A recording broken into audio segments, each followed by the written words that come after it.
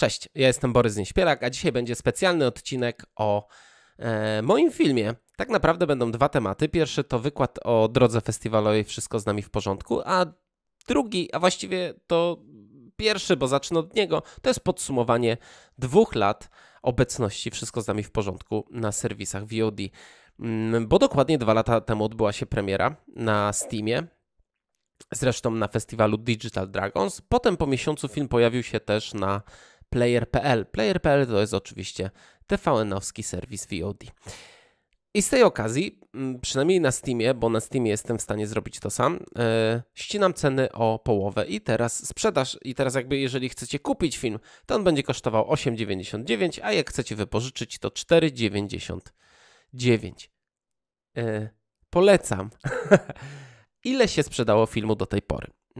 Do tej pory sprzedało się 4000 sztuk. I to jest oczywiście i rental, i sprzedaż z 3 platform, czyli Steam, Amazon i Player.pl. Nie będę ukrywał, że w sprzedaży dominuje zdecydowanie Steam i też dominuje Polska, bo Polska to jest 86% kupujących. Można teraz zapytać, czy 4000 sprzedaży takiego filmu to jest sukces czy porażka? Nie wiem, ponieważ nie jestem w stanie porównać się do praktycznie nikogo, czyli większość twórców sprzedających swoje filmy na VOD w Polsce nie pokazuje wyników sprzedaży. Przynajmniej ja takich nie dotarłem. Ja jestem bardzo, bardzo zadowolony. Mimo tego, że przed premierą filmu, jak konsultowałem się z kimś, to nikt nie mówił o liczbie poniżej 10 000 w pierwszy rok. Wszyscy mówili, że to absolutne minimum było. Tak się nie stało, ale wydaje mi się, że i tak ta sprzedaż 4000 to jest super wynik i ja jestem z niego bardzo zadowolony, ale jeszcze bardziej jestem zadowolony z tego, że ten film cały czas się sprzedaje. Znaczy, jaka jest dynamika sprzedaży?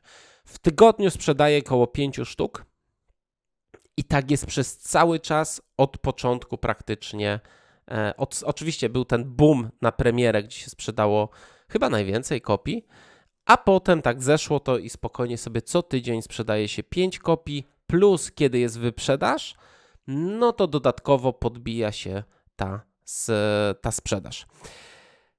Ale jest jeszcze drugi parametr, który myślę też napawa mnie optymizmem, ponieważ na Steamie istnieje coś takiego jak wishlisty, czyli osoby, które są zainteresowane danym produktem, dodają go sobie do tej wishlisty i dostają konkretne powiadomienie o przecenie. I 6368 osób dodało sobie ten film do wishlisty, więc ja myślę, że może jeszcze uda się sprzedać, w szczególności przy mniejszych cenach, przy kolejnych promocjach.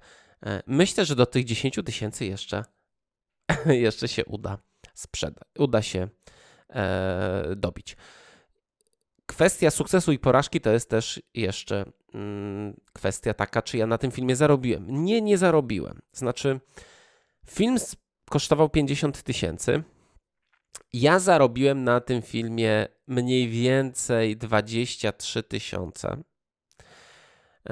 co pokryło koszty całej postprodukcji po montażu. I to mi się, czyli to, co zapłaciłem, wszystko, co zapłaciłem i firmom, i osobom, czyli typografię robił Łukasz Kapa, studio Multilab, i tam była kopia kinowa plus kolory. Łukasz Urbański, który robił kolory. Voiceland, czyli Jarek Czernichowski, który robił mastering dźwięku. Maciek Zakrzewski, który robił muzykę i Maćka najdłużej spłacałem. Koszt IMDb Pro, czy plakat Pawła Piotrowskiego. Na to wszystko film zarobił. Czyli film opłacił ludzi, którzy przy nim pracowali, oprócz mnie, niestety. Ale jakie jeszcze były pozostałe koszty? 11 000 to festiwale filmowe. Ja o tym będę mówił w dalszej części, czyli w tym wykładzie o drodze festiwalowej.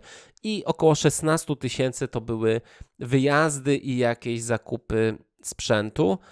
Jako że robiłem go sam, to ten film po prostu nie był drogi. Ten wykład, który zaraz się zacznie, to jest wykład, który robiłem dla Niezależnej Szkoły Filmowej of Master. To było w styczniu, na samym początku stycznia. I chciałbym zwrócić uwagę, że to są moje doświadczenia i u was może to wyglądać inaczej, mogło to wyglądać inaczej. Dużą część tematów upraszczam, na przykład jak Oscary, to jest bardzo uproszczona rzecz, więc jakby nie ma się tutaj co czepiać. Część się zmieniła, zestarzała. Pamiętajcie, że moja droga festiwalowa zaczęła się 2,5 roku temu. Ważna, że całość tego wykładu dotyczy całego kina niezależnego, a nie tylko dokumentów. Chciałbym też podziękować bardzo Klaudiuszowi Chrostowskiemu i Karolinie Ford, którzy mieli czas i obejrzeli i dali mi swoje uwagi. No i co? I zapraszam was do tego wykładu i oczywiście pamiętajcie, że nowe ceny na wszystko z nami w porządku. Dzień dobry, witam wszystkich. Ja nazywam się Borys Nieśpielak. Zrobiłem rzeczywiście film A6300 i był w wielu kinach, na przykład w największym kinie w Moskwie. Więc da się.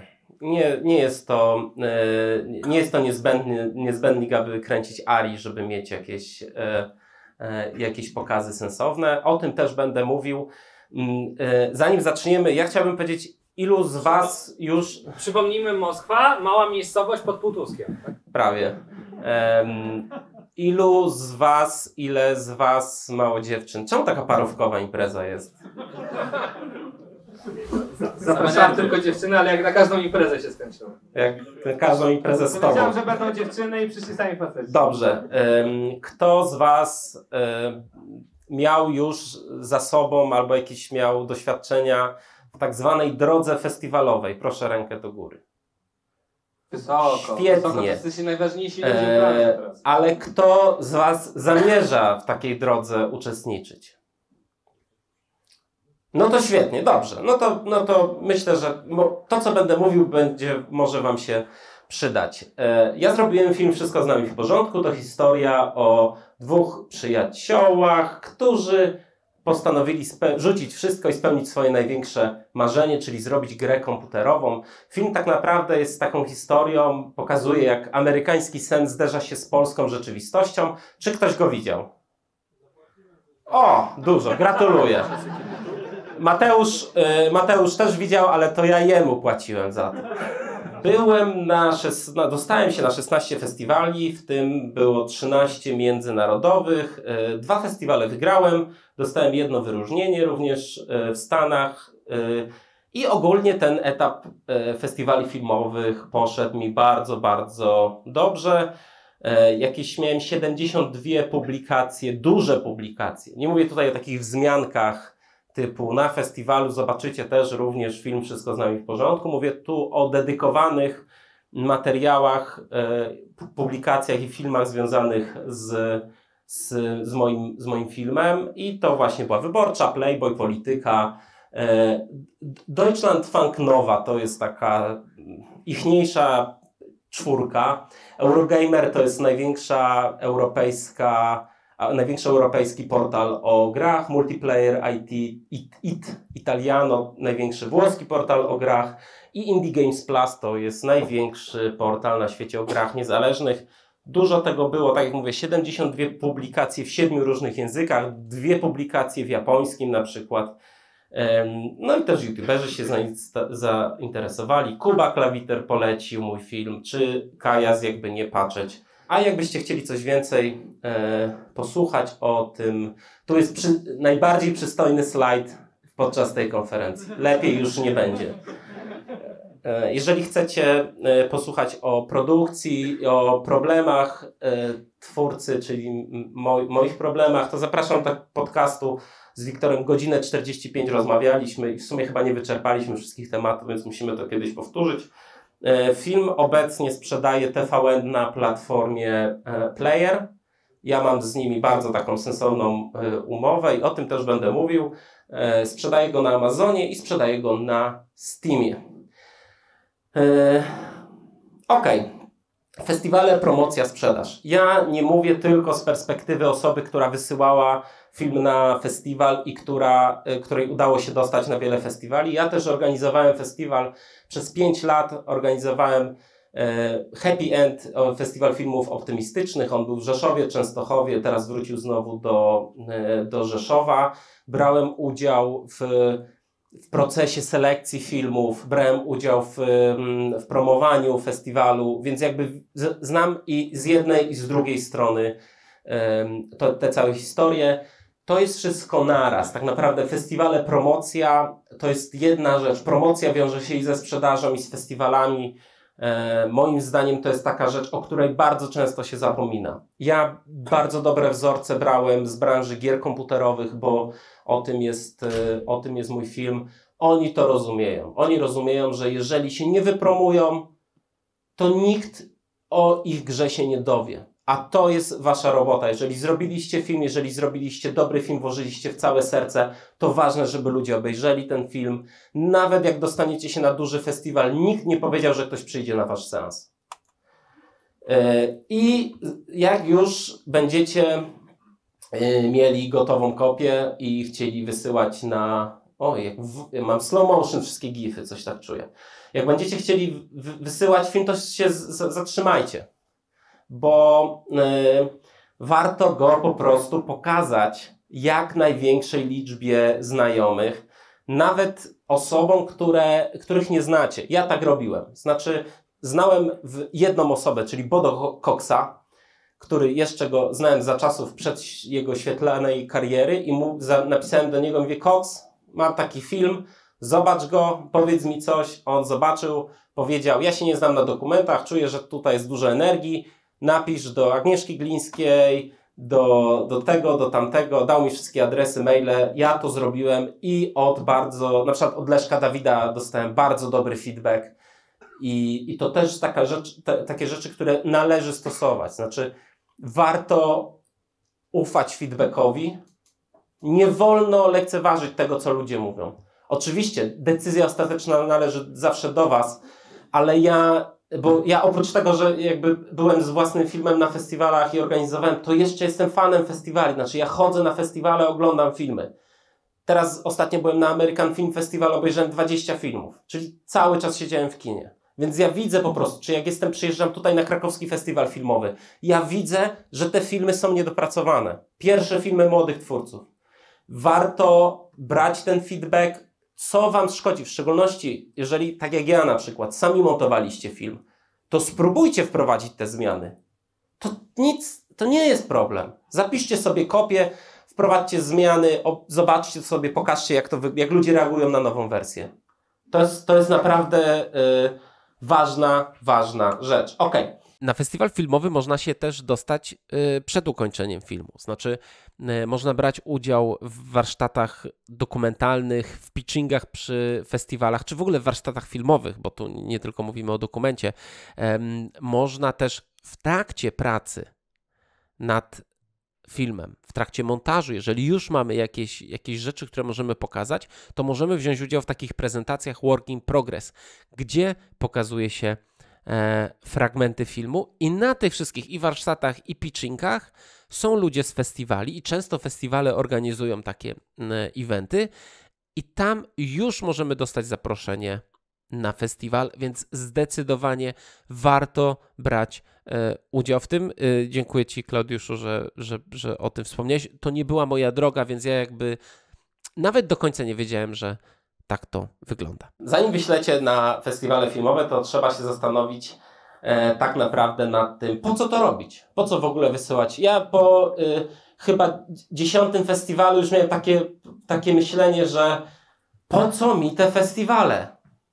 To mi się nie chce po prostu. Dostaję dużo odmów od festiwali. Na część się dostaje, ale nie chce mi się po prostu brać w tym udziału, bo czuję, że to jest jakaś niepotrzebna rywalizacja. Filmy to nie są zawody.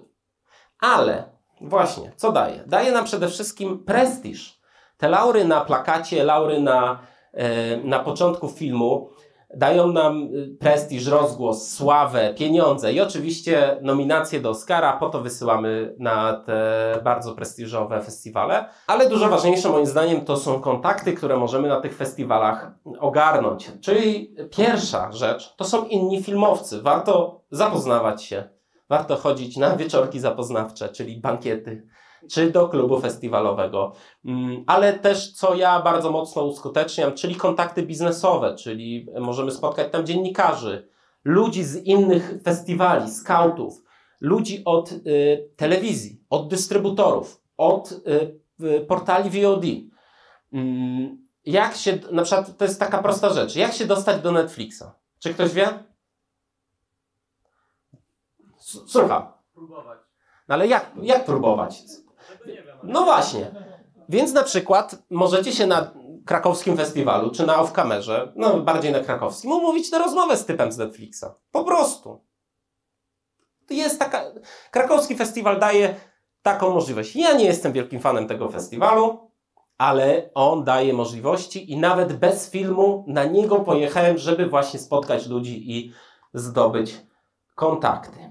I chyba rzecz, która jest bardzo mocno zaniedbywana, to są filmy. Jak już jesteście na festiwalu, dostaliście się i możecie tam przyjechać. Festiwal daje wam hotel na przykład, zwraca za transport. Oglądajcie filmy. Po pierwsze, bo warto oglądać filmów. Ja nie wyobrażam sobie, że można obejrzeć mniej niż 200 filmów rocznie, będąc filmowcem. Serio, jakby stąd jest wielka nauka. I ta pozytywna z najlepszych filmów, i ta negatywna z tych gównianych. A własne po poprawkach się liczą?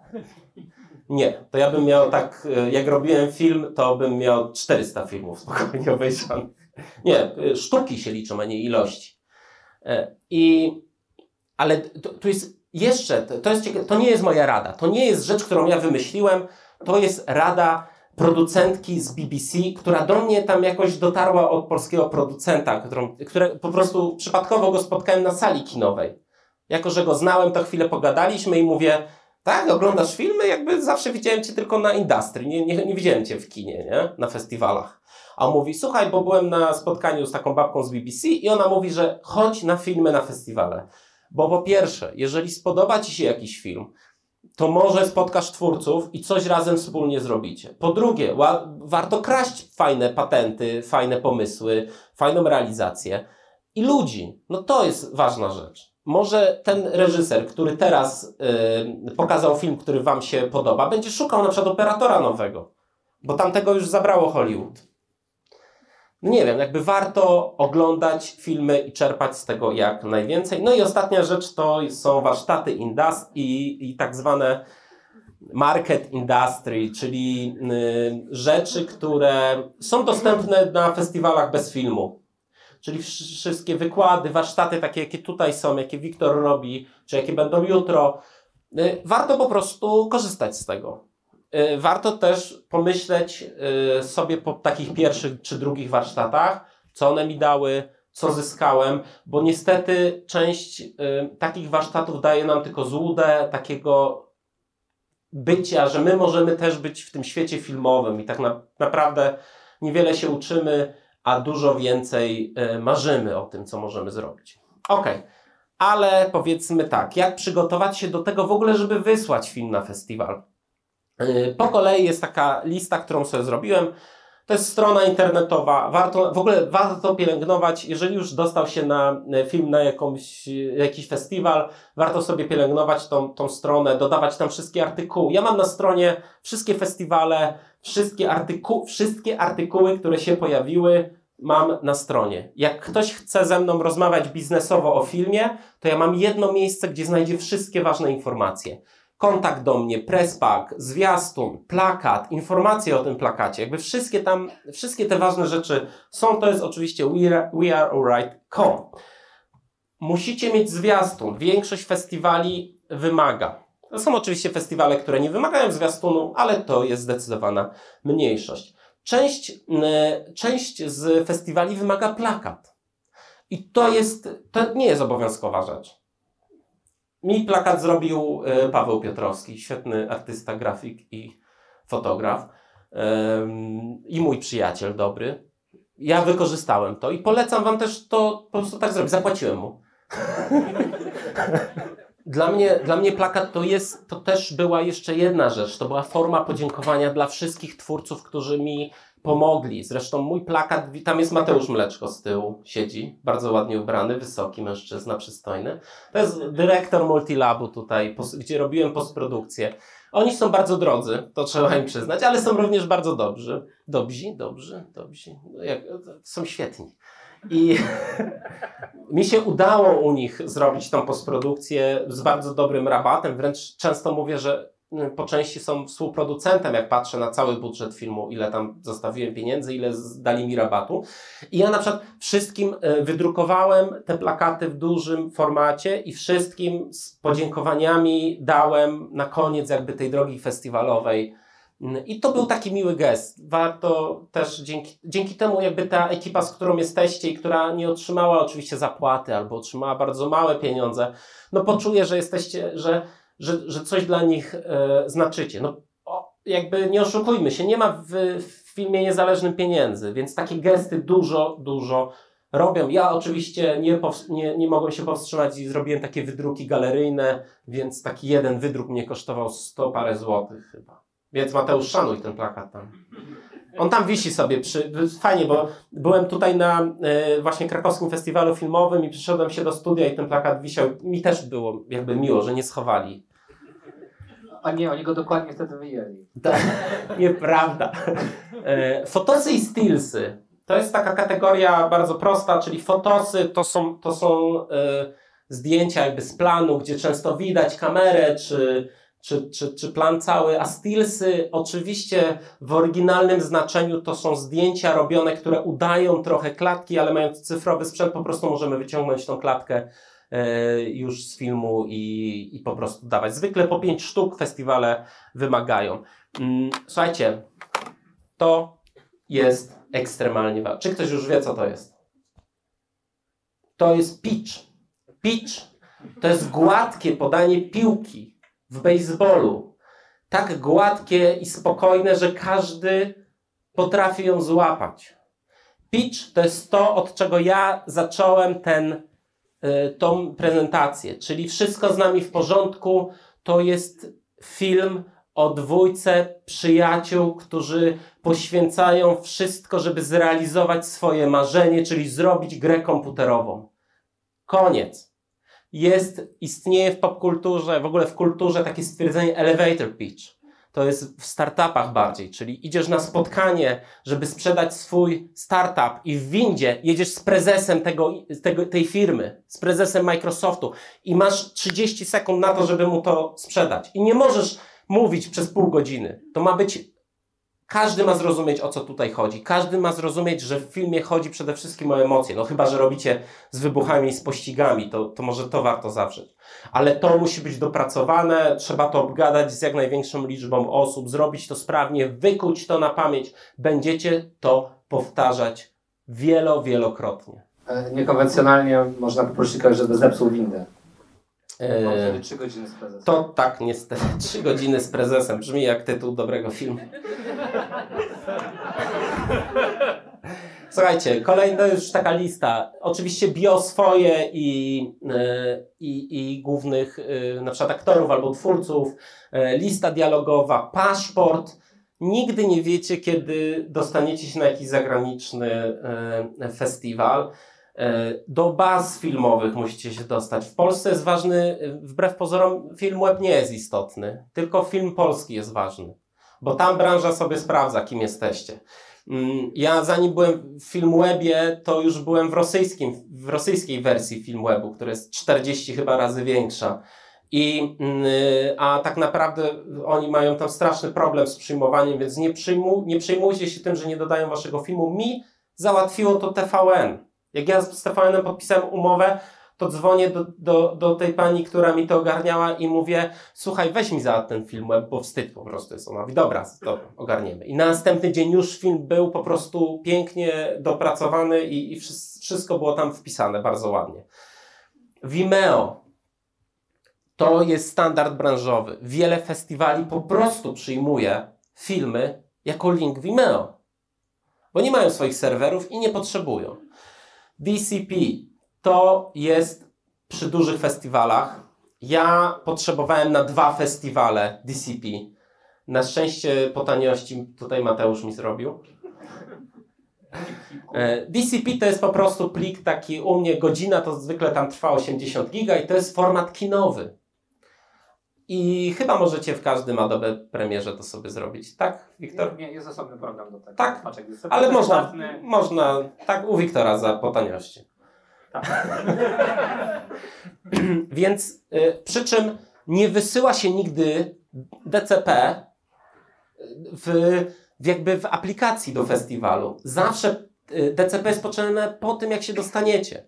Wtedy festiwal mówi, wysyłajcie nam kurierem DCP, albo tu mamy serwer i wgrywajcie to 80 giga. Oczywiście Presskit. I jeżeli wpiszecie sobie, co powinno być w Presskicie, to znajdziecie milion odpowiedzi w internecie. Ja nie będę tutaj to tak naprawdę w Presskicie mam wszystko to, co na stronie, plus jakiś opis filmu. No właśnie, jeszcze tutaj zapomniałem, opis filmu. I zwykle są 2 opisy, krótki i długi, czyli taki pitch i taki do tam 500 znaków. I najważniejsze, wszystko to, łącznie lista dialogowa, to są napisy. Wszystko to musi być po angielsku minimum. Nie ma tutaj obejścia. Wszystko to musi być ogarnięte w dobrym miarę angielskim.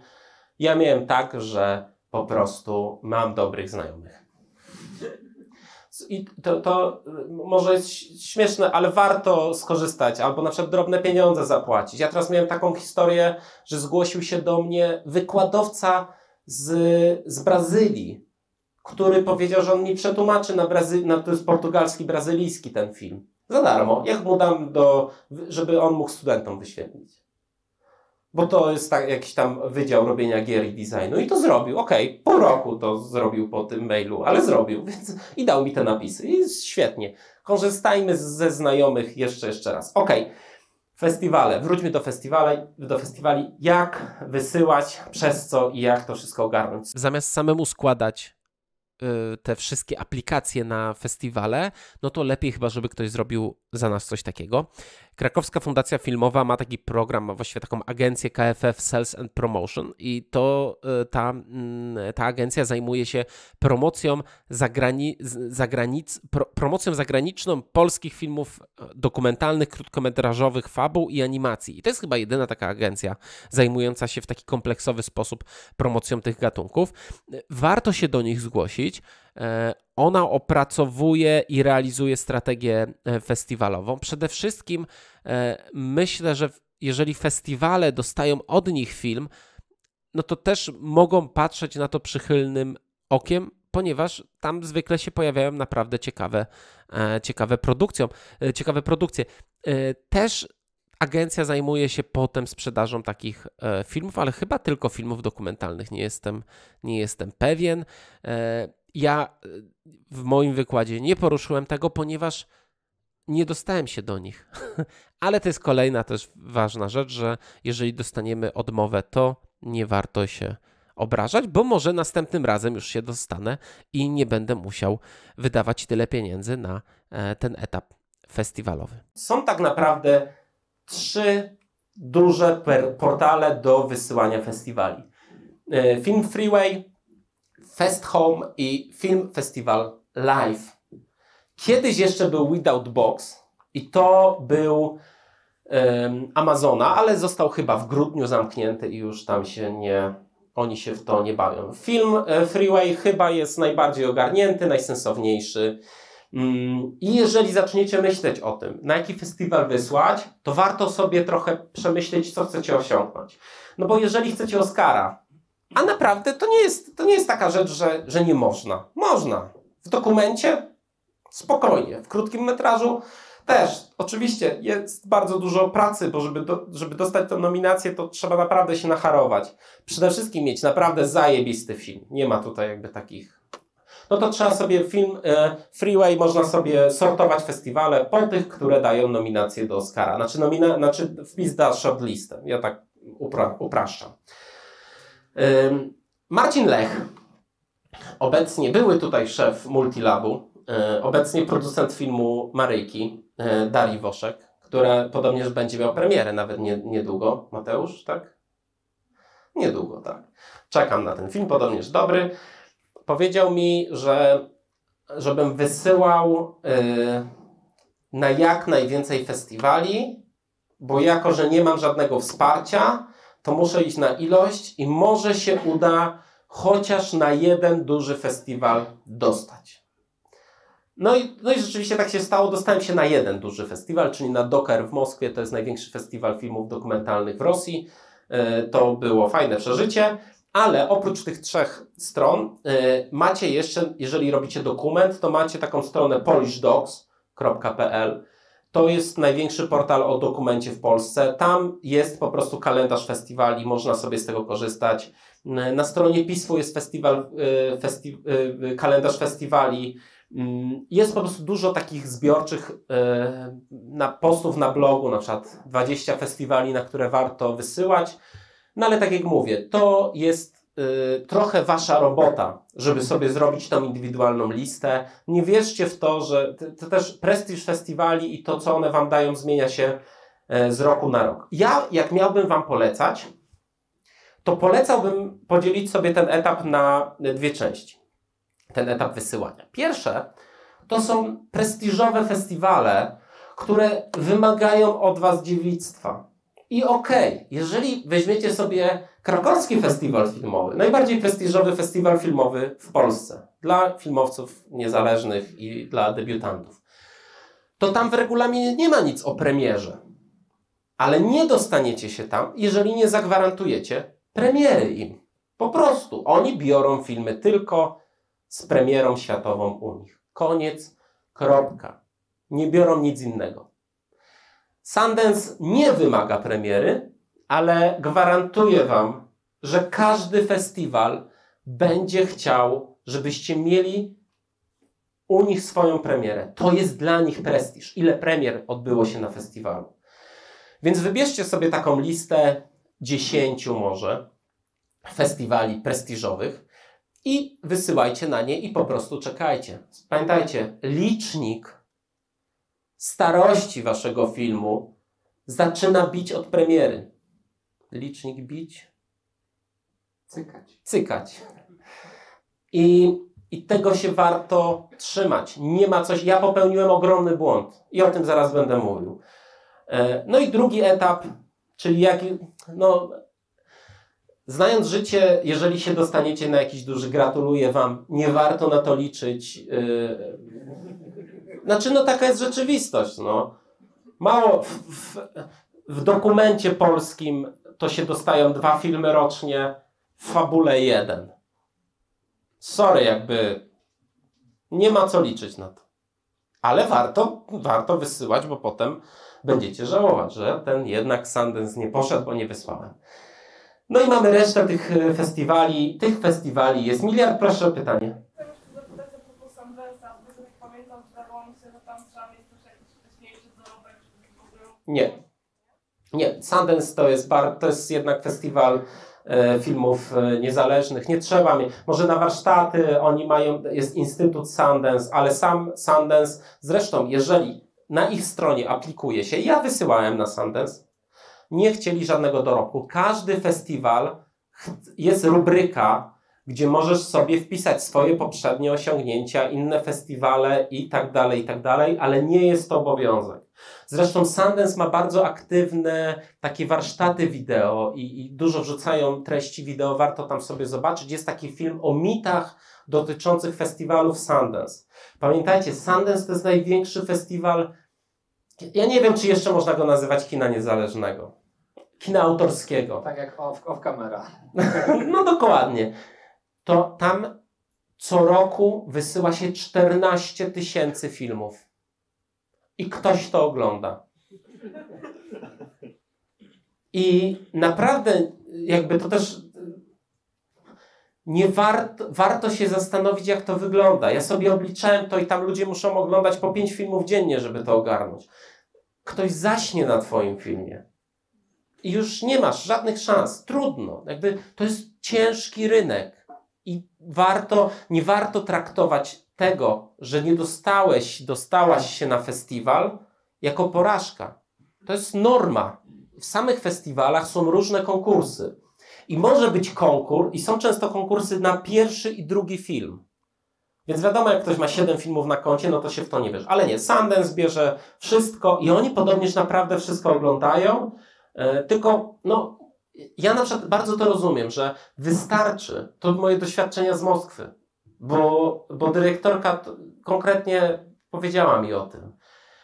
Ja rozumiem, że na przykład temat może odstraszać. Przecież nie ogląda dyrektor festiwalu wszystkiego, tylko jest grono, to jest, nie wiem, z 50 osób. I to są różni ludzie. Czasami to są jacyś studenci, młokosi. Wystarczy, że ktoś nie będzie lubił gier komputerowych i uzna mój film za gówno. I okej, ja jakby to akceptuję. Nie ma problemu. Żadnego. Więc musimy brać... Ja nie dostałem się na festiwal dokumentów w Kielcach. To jest chłopak z Kielc. Widziałeś? Słuchajcie, no tam jest współfinansowany przez TVP dosyć spory festiwal z nagrodą 30 000. Ja się tam nie dostałem. Ale zrozumiałem dlaczego. Jak zobaczyłem, że całe grono osób, które decydują, bo oni sobie zrobili takie zdjęcie wspólne, no nikt tam nie miał poniżej 60 lat. I ja to zrozumiałem. Okej, to nie jest ich świat. Proste, no trudno, to nie jest festiwal dla mnie. Okej, dalej. Mamy tą resztę. Słuchajcie, do reszty festiwali można wysyłać nawet 3 lata po premierze. Po premierze. Czyli na przykład, jeżeli skończyliście film w styczniu, puściliście, no na Sundance to nie, bo do września się wysyła, ale no na jakieś inne festiwale i do sierpnia nie dostaliście się na żaden duży, to nic się nie stało. Warto mieć tutaj cierpliwość. Ja wiem, że to jest trudne, bo jak się skończy ten film, to od razu chce się pokazać go ludziom, od razu chce się wysyłać te wszystkie festiwale, ale jeżeli czujecie, że to jest naprawdę coś dużego, coś, co może być zrozumiane na świecie, warto się skupić na tych dużych festiwalach. To oczywiście niestety kosztuje. I to jest kolejny duży problem. Bo jeżeli weźmiemy sobie te największe festiwale, to Berlin to jest 650 zł. Sundance 400. To są moje, bo ja sobie, to oczywiście jest w dolarach, więc to nie są dokładne kwoty, ale to są te kwoty, które ja płaciłem. Co jest ciekawe, SXSW, chyba najbardziej teraz ogarnięty festiwal filmów niezależnych,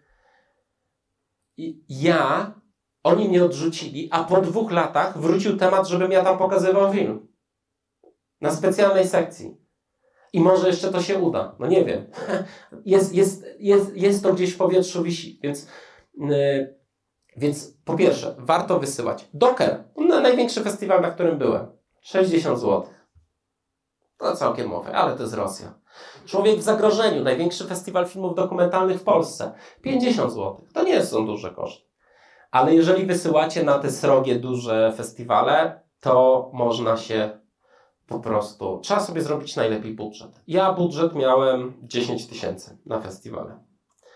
I powiem wam tak. Wysłałem na 141 festiwali. Wydałem 11 000.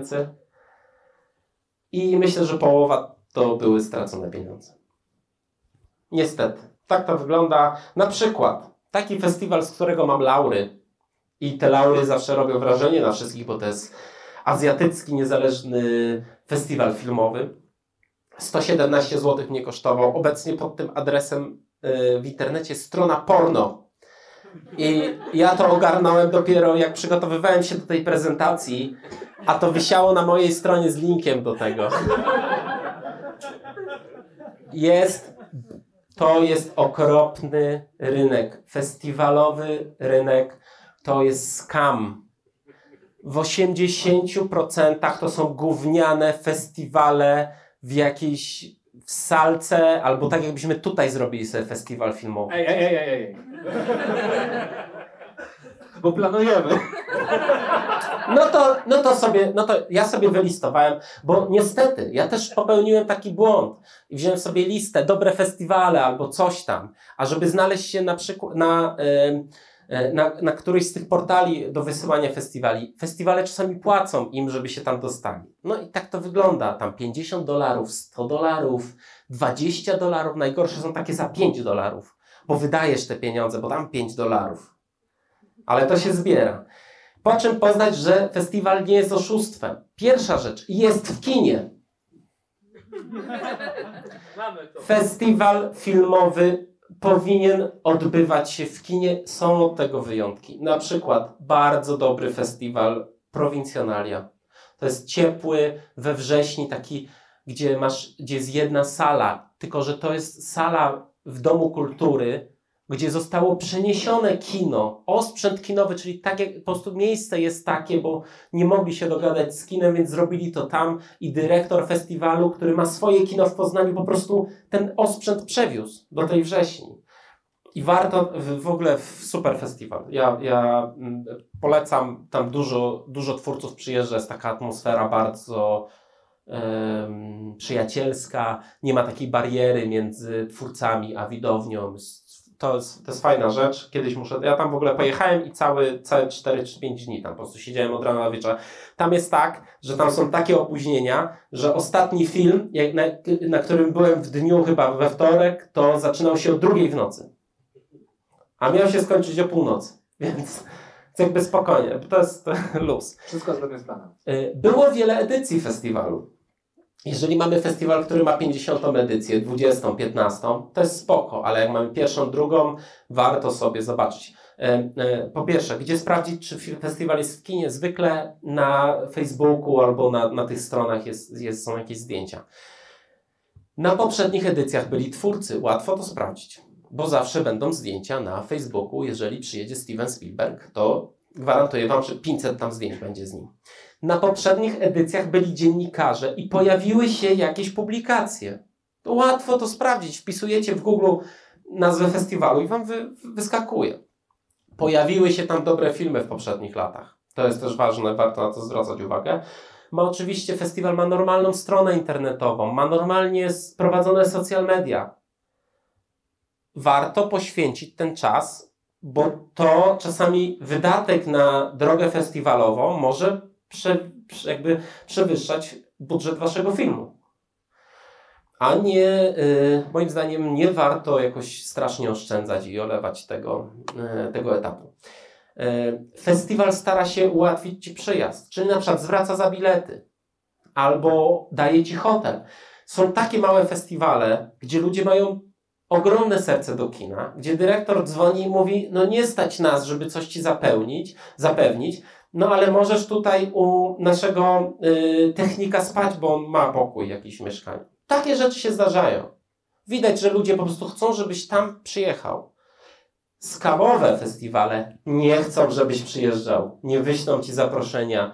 W ogóle nie będzie informacji o tym. Bo to jest festiwal, który ktoś robi, bo może za darmo wyświetlić na przykład. Są takie sytuacje, że powiedzmy Dom Kultury albo jest jakiś grant na festiwal, więc robi się tylko to po to, żeby zarobić. Masz pieniądze z grantu, masz pieniądze z zgłoszeń, masz pieniądze z biletów, jeżeli ktoś przyjdzie.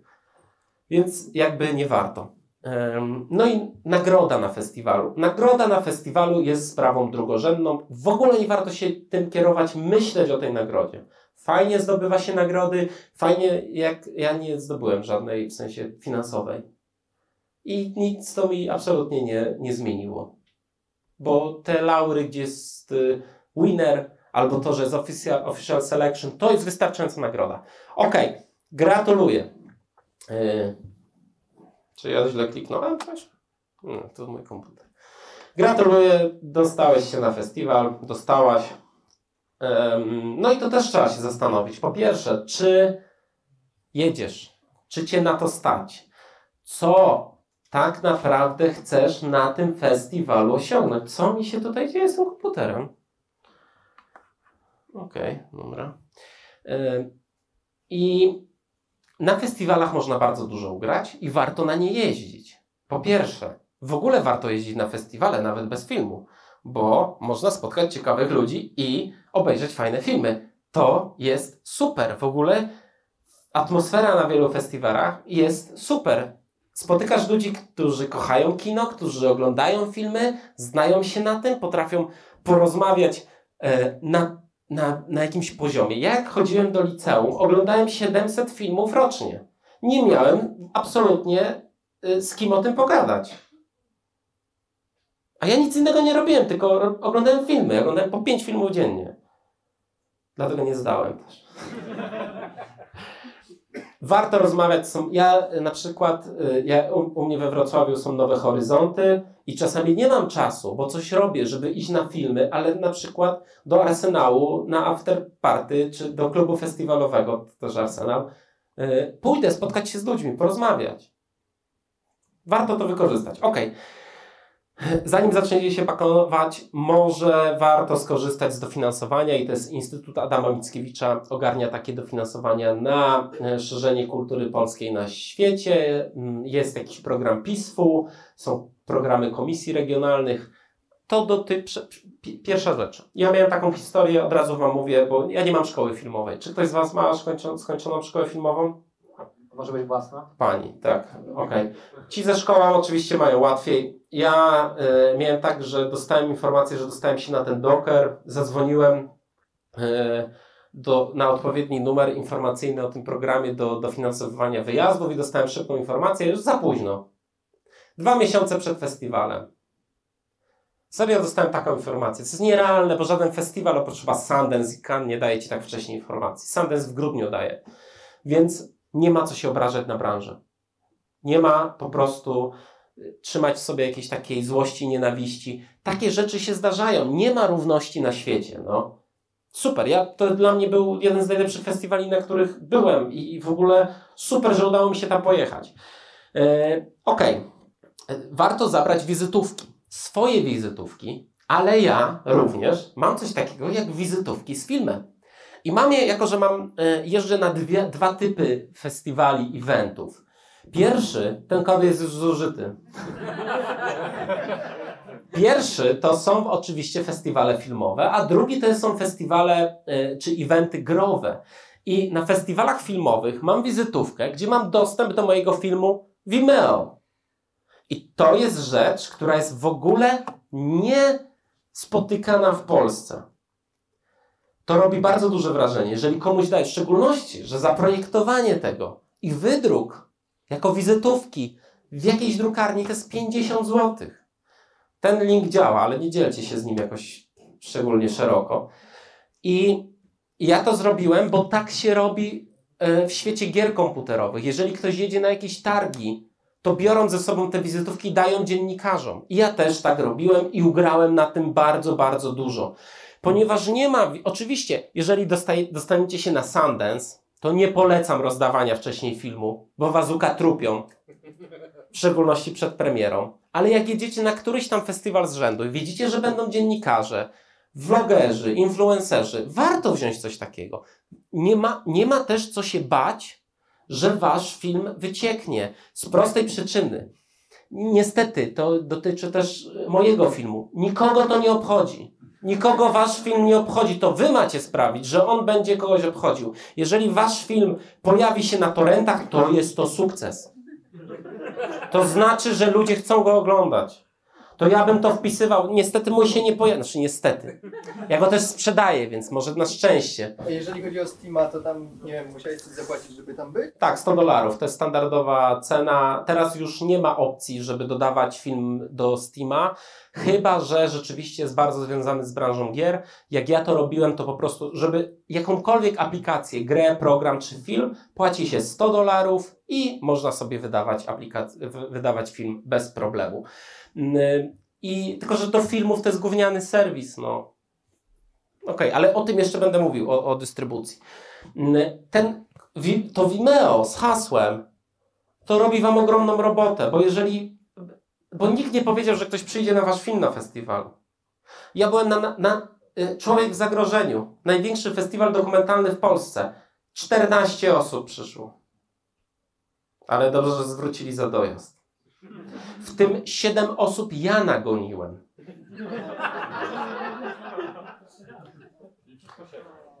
No tak, no. To w Moskwie miałem 10 razy więcej. No. Miałem prawie całe kino. W San Francisco miałem całe kino, no jakby to, ja nie kumam tego jakby o co kaman, ale okej, to był pierwszy pokaz o 10:00 chyba, więc po co robić takie pokazy? Festiwal to też, ja uważam, że to jest, że festiwal się nie postarał, żeby ludzie przyszli. Oni mieli wyrąbane na to, bo im zależy na tym, że przyjedzie gwiazda dokumentu jakaś o 19:00 i zrobią wywiad i TVP3 z Łodzi zrobi z nimi wywiad. Dla nich to jest ważne. Ja uważam, że to jest trochę nie fair. Okej, kolejna rzecz, którą używałem tylko raz, a może dwa, to jest kartka pocztowa. Znaczy to ma taki format jak kartka pocztowa. Ten kod też jest zużyty. I to jest taka rzecz, która funkcjonuje beze mnie, ponieważ te ulotki wszystkie, znaczy te kartki, to jest format wizytówki, ja to osobiście wręczam. Raczej rzadko jest tak, że każę komuś coś wręczyć. Więc zrobiłem też coś takiego, gdzie jest po prostu napisane, co to jest, dlaczego warto to obejrzeć, gdzie to zobaczyć. Wszystkie informacje, które ja mówię tak naprawdę. To było rozdawane na E3, na które nie stać mnie było, żeby pojechać. To są największe jakby targi growe w Los Angeles co roku robione. Tam Keanu Reeves w Cyberpunku się ogłosił. Jeżeli drukowałeś z kodami do Steama, to każda kartka musiała mieć oddzielne kody. Tak, drukarnia nie ma z tym problemu. Ja po prostu w pliku TXT daję im na przykład 100 kodów i mówię, w jakim miejscu to ma być. I oni tam sobie to ogarniają. Ja bym tego nie zrobił. A jak to zrobiłeś, że to było na E3?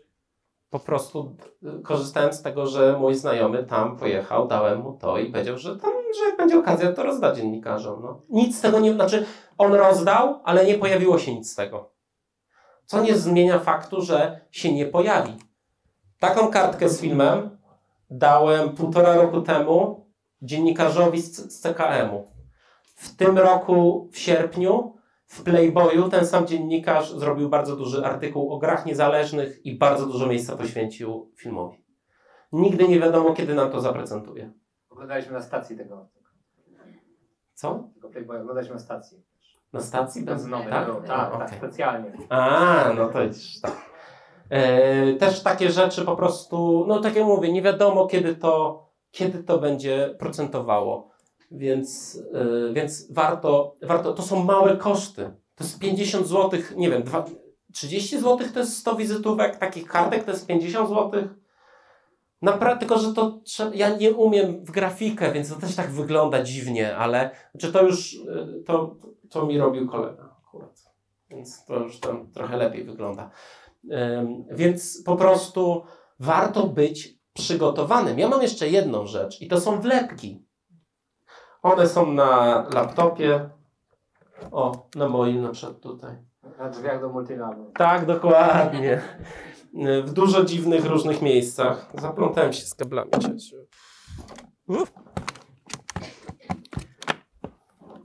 Okej.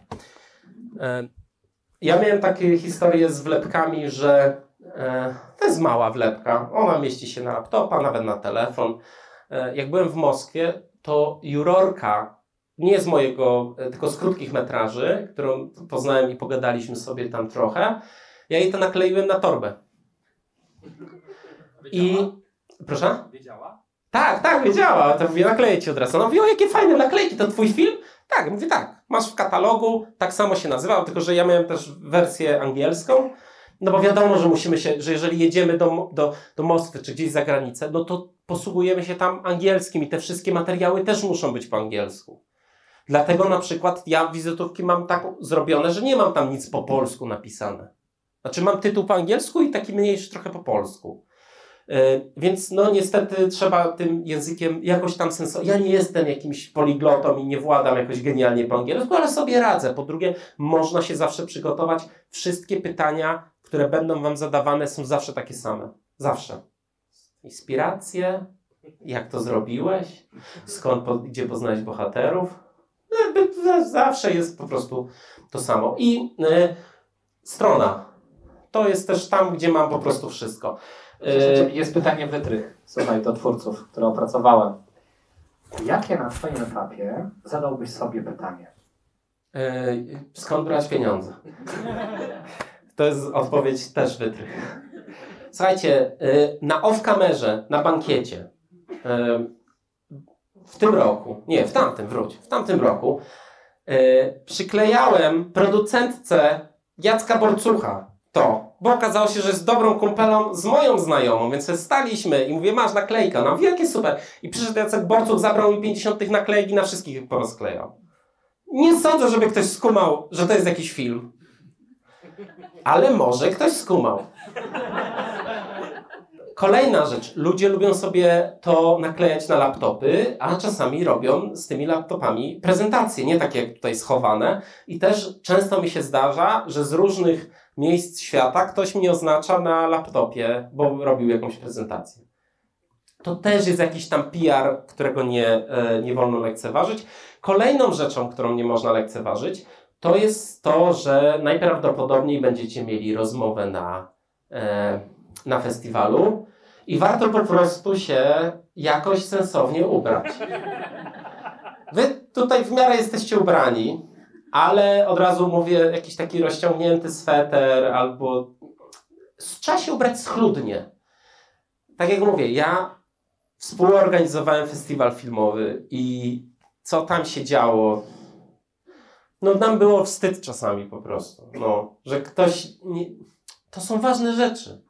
To na takim festiwalu na przykład może być producent, do którego uderzycie za 2 lata z fajnym produktem, a on was uzna za świra. Oczywiście, ekscentryczność pewna, jak jesteście super filmowcami, to możecie sobie pozwolić na wszystko. Ja nie wymagam od was, żebyście się jakoś ubierali, ale warto po prostu, nie wiem, uprać w rzeczy. I warto też zwrócić uwagę, że to jednak jest wystąpienie publiczne. Warto przed festiwalem poszukać trochę, kto będzie. Czy będą dziennikarze. Ja używam takiego narzędzia, które nazywa się TweetDeck. I to jest taki Twitter tylko z wieloma kolumnami. Ja tam mogę sobie śledzić hasztagi. I to super działa, bo ja wiem na przykład, że ten dziennikarz będzie na festiwalu, tamten vloger będzie, tamten twórca pisze, że będzie. I ja wiem, na kogo mogę się przygotować. Wiem, że mam ich szukać. Bo to jest nasza robota. Bo dziennikarze nie chcą oglądać gównianych filmów o grach zrobionych przez jednego gościa bez szkoły. To jest najgorszy pitch mojego filmu, jaki ever można wymyślić. Serio, ja miałem ogromny problem z tym, żeby ludzie chcieli oglądać mój film.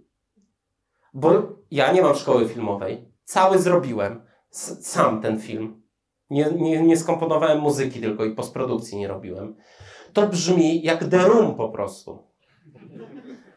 I dopiero kiedy Bartek Haciński z Polityki napisał o filmie i napisał, że to jest świetny dokument, to ja wszystkim podsyłałem ten artykuł. To wisiało na głównej stronie Polityki przez tydzień.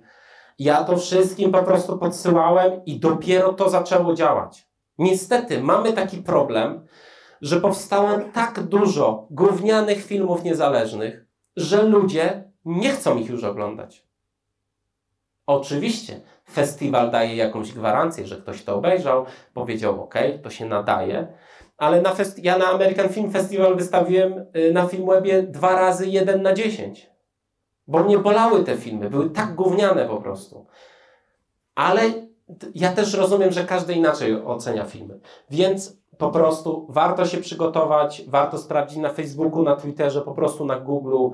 Warto też do nich napisać wcześniej. Jak już macie tą pewność, macie listę, kto będzie, napiszcie im maila. Cześć, jestem Borys Nieśpielak. Na tym festiwalu będzie mój film o 14:15 w sali 47. Zapraszam Cię bardzo na projekcję. Będzie mi bardzo miło, jeżeli znajdziesz czas, aby to zobaczyć. To działa. Bo oni też czują się wyróżnieni, ponieważ nikt do nich takich maili nie pisze. Dobra. Jak już jesteśmy na festiwalu, to po prostu wyłapujemy tych ludzi, poznajemy ich, pytamy się, jeżeli jest jakiś szum wokół kogoś i nie wiemy, kto to jest, to szukamy sobie, kto to jest, pytamy się znajomych. Niech ci znajomi nas przedstawiają. Jeżeli mamy takich, którzy znają innych, korzystajmy ze znajomości, poznawajmy ludzi i co bardzo ważne, róbmy sobie, kolekcjonujmy te kontakty, zapisujmy je, róbmy notatki, że pan Zdzisław Nowak to jest producent od tego filmu, a nie tylko, że to jest Zdzisław Nowak, bo za pół roku nikt nie będzie wiedział, co to jest. Numer telefonu, maila, stronę, to nam się przyda i to procentuje na maksa. Ja mam straszny problem, bo ja nie pamiętam imion i nazwisk.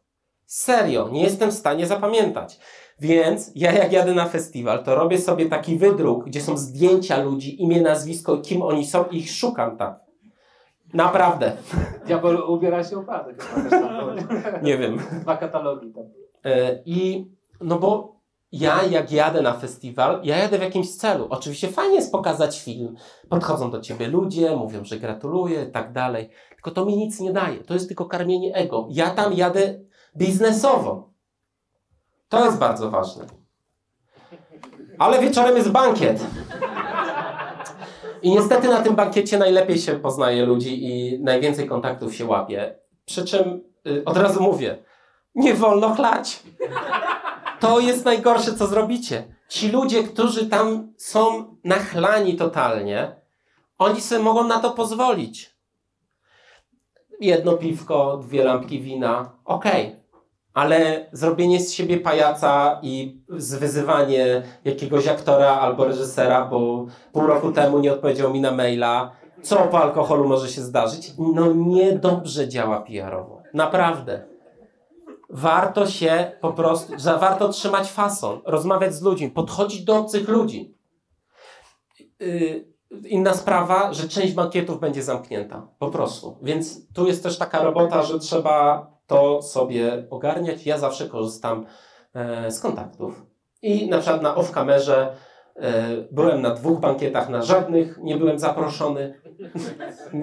Pani mi przy liście powiedziała do widzenia, ale szybki telefon do Marcina Lecha. Marcin schodzi z kierownikiem i mówi, chodź. Korzystajmy z tych znajomości, ale też nie przesadnie. Jak ktoś nam 3 razy powie, że nam nie pomoże albo że nie chce nam znać, no to odpuśćmy. Okej. Więc podsumowując tą drogę festiwalową, festiwale to jest tylko szansa. To jak to wykorzystacie, to co wyniesiecie z tego, zależy tylko od was. Pojedziecie na festiwal, nawet nie pójdziecie na swój film, tylko pójdziecie na rozmowę i wrócicie sobie do domu, może wam nic nie dać. Oczywiście, jeżeli macie tak zajebisty film, że po prostu potem producenci będą do was walić drzwiami i oknami, to co wszystko powiedziałem jest nieistotne. Ale jeżeli na przykład jesteście operatorem, dźwiękowcem, aktorem, nie wiem, reżyserem i też szukacie teamu, szukacie ludzi, z którymi możecie pracować, szukacie szans, które możecie wykorzystać, to festiwale to jest dobra bardzo opcja. Te kilka rad jeszcze to jest taka rzecz, że jeżeli jedziecie na festiwal i festiwal powie wam, no sorry, po waszym filmie nie ma rozmowy z wami, bo nie mamy czasu, spróbujcie na nich wymusić to. Jeżeli się nie uda, bo nie zawsze się udaje, poproście ich, żebyście przed seansem zapowiedzieli wasz film. Przynajmniej ludzie was będą wizualnie kojarzyć z filmem. Jeżeli spodoba się, to do was podejdą, pogadają. Czasami to są jakieś konkretne szanse. Warto. Wymuszajcie, żeby film wasz w Polsce leciał z angielskimi napisami. Jest jakaś minimalna szansa. I żeby to było w katalogu napisane, że to jest film z wersją angielską. Jest szansa, że do waszej koleżanki, że do jakiejś dziewczyny albo chłopaka, który idzie na festiwal, przyjedzie znajoma ze Stanów, który jest filmowcem i będzie chciał na jakiś film iść, może wybierze was, może to jest jakaś szansa na współpracę. Takie rzeczy się dzieją. Znaczy to są realne historie, że ludzie po obejrzeniu swoich filmów zaczynają ze sobą współpracować. Przypilnujcie, żeby film poszedł w dobrej wersji. Ja miałem dwie takie historie. Raz na normalnym komputerze poszedł z wersji ProResowej i wszedł w 14 klatkach. I to jakby nikt tego nie ogarnął przez cały film. No, przesadzam, może 14, ale co 5 minut szedł w 14 klatkach. Na Dockerze Miałem puszczony film nie w 16:9, tylko w 2K, więc był delikatnie spłaszczony, czy rozszerzony, nie? Tak. Taka, no to spłaszczony. Spłaszczony był delikatnie.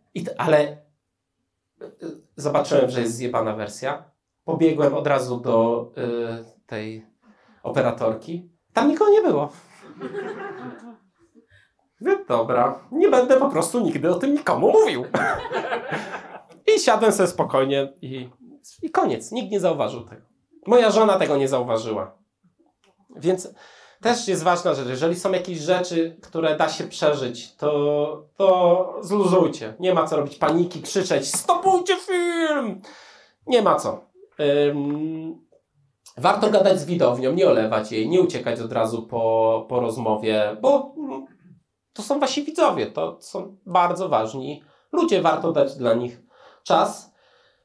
I 2 dni po festiwalu warto też wysłać tak zwanego follow-upa do wszystkich tych dziennikarzy, producentów, reżyserów, aktorów, z którymi rozmawialiście. Przypomnieć, że wy, tutaj jest link do filmu i fajnie było was spotkać i tak dalej, i tak dalej. Przechodzimy do...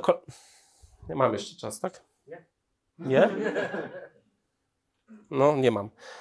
Promocja to jest połowa. Dobra, promocja i sprzedaż. Słuchajcie, jeżeli jest o was głośno, to szybko może pojawić się oferta z telewizji, z VOD i tak naprawdę w 2 przypadkach. Jeżeli wygraliście jakiś festiwal, albo naprawdę głośno jest o was, albo macie bardzo oryginalny temat, to może się szybko zgłosić. Mamy kilka takich miejsc i od razu wam powiem, że pieniądze są mizerne, strasznie. Ja miałem rozmowy, dwie rozmowy z Netflixem. Netflix się do mnie zgłosił przed drogą festiwalową w ogóle, ponieważ obejrzał ten film gościu od polskiego marketingu Netflixa. Napisał do mnie, że bardzo mu się podobał. Tu jest kontakt do Sebastiana w Rotterdamie i Sebastian wie, więc nas spiknął na maila. Pogadaliśmy sobie godzinę i wiedziałem, że nic z tego nie będzie. Bo po pierwsze, oni nie chcą wydawać na was pieniędzy. TVP płaci od 1000 do 5000 złotych za, nie wiem, roczną czy 2-letnią licencję. No, TVP Kultura nawet 2000 potrafi zapłacić. HBO nie mam zielonego pojęcia niestety. HBO nie skupuje takich niezależnych filmów, raczej tam są grube rzeczy. Netflix od 2000 do 15 000 dolarów, ale zrobią wszystko, żeby wam nic nie płacić. Powiedzą wam: to będzie wielki boost dla waszej kariery filmowej. Wasz film niezależny na Netflixie to jest szansa i nie zmarnuj jej. Nie, bo co się dzieje, kiedy wasz film ląduje w Netflixie? Cieszycie się, mama zadowolona, znajomi na fejsie, ale bez promocji dodatkowej, bez marketingu, nikt o waszym filmie się nie dowie. Nikt. Serio. Tam jest tak tyle dziwacznych filmów jest w katalogu, w szczególności amerykańskim katalogu Netflixa, o których nikt nic nie słyszał. Ponieważ w Stanach istnieją firmy, które za $500 załatwią ci to, żeby wasz film był w Netflixie. Tylko to nie chodzi o to, żebyście wy płacili, tylko żeby wam płacili. Bo robimy filmy, to kosztuje. Powiem wam tak, od zeszłego roku w Netflixie jest osoba, która skupuje filmy z Polski, dedykowane na nasz rynek. Chyba jest jeszcze gorzej. Więc, ale warto uderzać, bo dlaczego warto być w ogóle w serwisie takim publicznym, dużym serwisie VOD? Daje wam to większe szanse na dostanie dotacji od PISK-u. Tyle, kropka. No, więc jakby, słuchajcie, oczywiście można fajnie sprzedawać film w iTunesie, w Amazonie czy w CDA. CDA podobnież daje bardzo dobre warunki, ale ja nie chcę mieć na przykład z nimi nic wspólnego. Proste. iTunes, żeby być w iTunesie, trzeba mieć pośrednika, który bierze też z $500, albo mieć firmę w Stanach.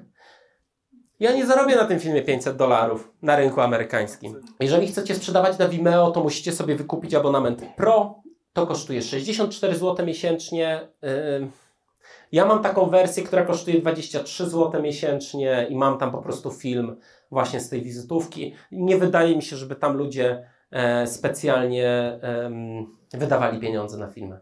To tam oglądają filmowcy dla filmowców. No, to, więc VOD.pl, nie mam żadnego pojęcia, nie odpowiedzieli mi na maila, chcą, pewnie z Onetem trzeba jakoś gadać z kimś od kontentu. Chili kupuje, a tu nie ma Chili, ale jest jeszcze taki portal Chili, ja go bardzo lubię, bo tam jest dużo nowości od razu. Oni kupują w pakietach na przykład od dystrybutorów po 50 filmów. Więc też tak ciężko to ogarnąć. No właśnie. I tu mamy kolejny rodzaj skamu, czyli te wszystkie firmy, które mówią wam, sprzedają wam kursy za $100, jak sprzedać swój film niezależny i zarobić $3 miliony. Fajnie, nie bierzcie w ogóle w tym udziału, nie ogarniajcie sobie takich pośredników, którzy każą wam płacić za to, że dodadzą was na HBO, Netflixa czy Hulu. To jest po prostu skam, to jest żerowanie na waszych marzeniach. Ja mam takie same marzenia. Ale to tak nie działa, po prostu. Co tu jeszcze ciekawego? No chyba z tych VOD to wszystko. Uwaga, bardzo ważny slajd. Jeżeli bardzo chcecie gdzieś sprzedać, to tu są bardzo dobre kontakty. Do HBO, do Netflixa i do Al Jazeera, tylko z dokumentami do Al Jazeera. Tylko nie wrzucajcie tego nigdy. Słuchajcie, to jest moja zdobycz z krakowskiego festiwalu filmowego. To są kontakty, które zebrałem. Tak. To jest bardzo prężny kanał. Al Jazeera to nie jest Al-Kaida. Tak. No właśnie, i teraz trzeba sobie odpowiedzieć na pytanie, czy warto trochę sprzedawać duszę za te 2000 zł, czy za 1000 zł, bo ale kino za tyle kupuje. Czy tam jest pies? No moim zdaniem warto. Znaczy, warto po jakimś czasie, bo jeżeli już zrobicie tą drogę festiwalową i już nie macie więcej festiwalu na co wysyłać, no to co wam pozostanie? Nie zarobicie pieniędzy na tym filmie. Po prostu warto, żeby on był. Dzięki temu, że film gdzieś będzie legalnie dostępny. No ja mam na tym Steamie, mam na tym playerze i mam na tym Amazonie. Na Amazona możecie się dostać za darmo. Musicie mieć tylko odpowiednią wersję filmu. Tam są dokładne wytyczne. To jest taki odpowiednik jakby ProResa. Więc możecie sprzedawać swój film na... Co więcej, możecie dodać swój film do Amazon Prime'a i czerpać te 1 centa za jedno odtworzenie. Warto gdzieś udostępniać swoje filmy, bo ta sprzedaż i ta jakby promocja nie będzie trwała wiecznie. Słuchajcie, pisanie do serwisów VOD i do dystrybutorów telewizyjnych, to sobie szybko to trzeba napisać do nich po prostu maila, nie załatwia się na gębę. Ważny jest temat tego maila, żeby oni wiedzieli, z czym wy do nich przychodzicie, a nie, żeby tam było napisane niezwykła okazja, możesz odmienić swój serwis VOD moim filmem. Propozycja sprzedaży, koniec, kropka. Jakby tu już praktycznie wszystko jest. Można dodać, że dokumentalnego, ale obawiam się, że może to niektórych odstraszyć. Kolejna rzecz, to jest po prostu treść. Dzień dobry, kim jestem, co zrobiłem. Pitch, który, mówiłem, się przydaje maksymalnie często. Poniżej przesyłam informacje o filmie, wybrane recenzje i oczywiście link do filmu. Nie bójcie się wysyłać ludziom swojego filmu. Nawet jeżeli macie w głowie że za miesiąc będzie ta kandydatura do Oscara ogarnięta. I ja daję jeszcze jedną rzecz. Jako że napracowałem się na tych festiwalach, to zawsze daję cytaty. Cytaty jest jakieś zajebiste. To jest mój ulubiony cytat, bo on oprócz tego mówi, że mój film jest zajebisty, to nie jest amatorszczyzna, to jeszcze mówi o tym, że i moja babcia go obejrzy. Że temat nie ogranicza, że to nie jest hermetyczna historia o tym, jak się robi garnki, ale historia o ludziach i o ich marzeniach. Ciekawa historia. Paweł Heckman, wyborcza.pl. Wiecie, jak załatwiłem sobie ten artykuł? Jak w ogóle dotarłem? Grałem w PlayerUnknown's Battleground z typem, którego nie znałem zupełnie, bo to był kolega. I on w pewnym momencie zaczęliśmy gadać coś o filmie i on mówi, o, to ty zrobiłeś ten film. Ja mówię, tak, a co? On mówi, to podeślij mi link do filmu, ja mam znajomego w Wyborczej, może będzie zainteresowany. Tak to wygląda. Trzeba ufać ludziom. I to jest taka rzecz. Bartek Haciński z polityki. Ja nie wiem, on przyszedł na mój film po prostu, jak miałem pokaz w Warszawie. Ktoś z moich znajomych go zaprosił, bo obdzwoniłem wszystkich znajomych i poprosiłem ich, że jeżeli mają kogoś z branży znajomego, kogoś, jakiegoś dziennikarza, zaproście go, proszę was bardzo. I ci znajomi powiedzieli, dobra. I ktoś, ja nie mam zielonego pojęcia, skąd on się wziął. On był na sali, zadawał pytania, potem poleciał ten artykuł. To jest ważne, żeby z tego wszystkiego korzystać. W takim mailu warto też pisać po prostu o wszystkim, co może się wydać, że nie wiem, mieliście pełne sale, że to jest film, który zainteresuje tą i tą grupę, że odbiór macie wśród kobiet świetny. Bo ja mam na przykład, to jest film o grach, a najlepszy odbiór mam wśród kobiet. I to nie mogę tego zrozumieć, jakby do końca. Ja to zbadałem i tak to działa. Albo na przykład ludzie, którzy siedzą w grach komputerowych mówią, no super ten film, ale wiesz, jak ktoś nie ogarnia gier, to nie zrozumie go. A ja zrobiłem badania i wiem, że ci ludzie mówią, ja nie wiem, o czym oni tam mówią do końca, ale ja się utożsamiam z nimi i kibicuję tym bohaterom. I ja nie potrzebuję wiedzieć, co to jest Overwatch, merch Overwatcha. Słuchajcie, jakieś, na przykład można dawać tweety. Ja miałem dużo pozytywnych tweetów. Miałem dużo opinii na stronie mojej pozytywnych. I warto to po prostu dawać do tego maila, tylko żeby on nie był za ciężki i no już kończymy. I jeszcze raz, nie wolno się obrażać na ludzi i nie wolno wyzywać publicznie wszystkich. Tylko prywatnie w domu, jak będziecie płakać do poduszki, to wtedy można ich tam brzydko nazwać. Nikt nie będzie chciał z wami gadać, to jest wasza robota, żeby oni chcieli, żeby napisali. I słuchajcie, to jest do kogo pisać. Znaczy musicie sobie zrobić po prostu listę mediów, gdzie chcielibyście się znaleźć. Trochę poczytać o tych dziennikarzach i zrobić im takie smarowanko, że tak powiem. Czyli napisać, ej, cześć, widziałem twój artykuł, gdzieś tam, coś tam, tu mam taki film, zdobył tyle nagród i coś tam i fajnie jakbyś napisał, a to w ogóle... I też sprzedawać im coś, znaczy wy musicie dać im coś, na przykład gotowy artykuł. Ja na przykład w pewnym momencie rzucałem temat, co się dzieje z bohaterami filmu po roku i jeden dziennikarz załapał to i zrobił materiał po roku. Super, to są takie rzeczy, albo na przykład z mojego, to mówię na swoim przykładzie, no bo nie każdy ma dokument. Czasami to są po prostu zwykłe ludzkie historie. Dowiesz się, ile gier sprzedaje się z artykułu na Kotaku, a Kotaku to jest jeden z największych portali. U mnie jest ta informacja, po prostu. Bohater to mówi. Więc tutaj też warto coś im dać. Coś konkretnego. Albo na przykład, nie wiem, rzeczy, które jacyś zrobili ci, z którymi zrobiliśmy film. Nagrody. U mnie niedawno, czyli w Gdyni, Jarosław Czernichowski, który robił mi dźwięk, postprodukcję dźwięku, dostał główną nagrodę za dźwięk. I super, od razu się tym pochwaliłem. Nikt nie załapał, no ale jakby... Ale warto. Aktorzy na przykład dostali jakieś nagrody. To tu aktor jest na Sundance, ale u mnie grał w takim filmie. Zobaczcie to. Warto łapać takie rzeczy. Tu jest taka szybka lista, kiedy dawać jakieś posty, kiedy puszczać. Mailing. Niestety to zabiera też bardzo dużo czasu. Kolejna to jest rzecz, gdzie promować jakby własnymi siłami film. Można zrobić fanpage, a te fanpage nic nie dają. Można mieć konto na Twitterze filmu, absolutnie nie polecam, warto mieć swoje prywatne. Tak samo warto na swoim prywatnym koncie na Instagramie promować film, a nie mu zakładać, to nic nie daje.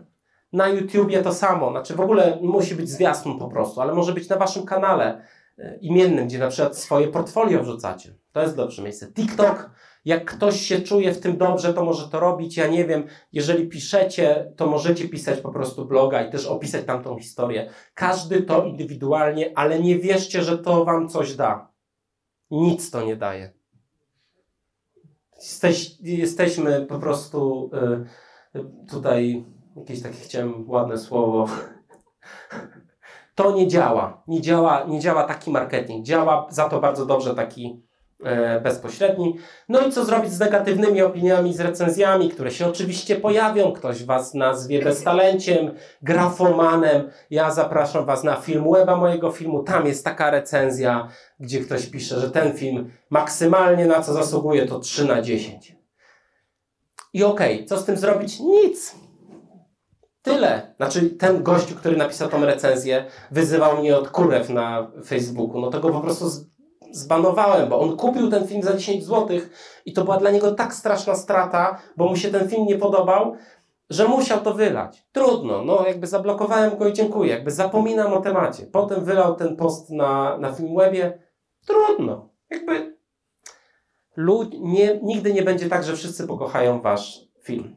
Pytania już nie mamy czasu. Okay. Jak ktoś ma coś do mnie, to tu jest mój mail. Mam nadzieję, że wam pomogłem. Mam nadzieję też, że odniesiecie w przyszłości wielkie sukcesy na festiwalach filmowych i nie wiem, telewizyjnych. Dziękuję bardzo. Brawo, Borys!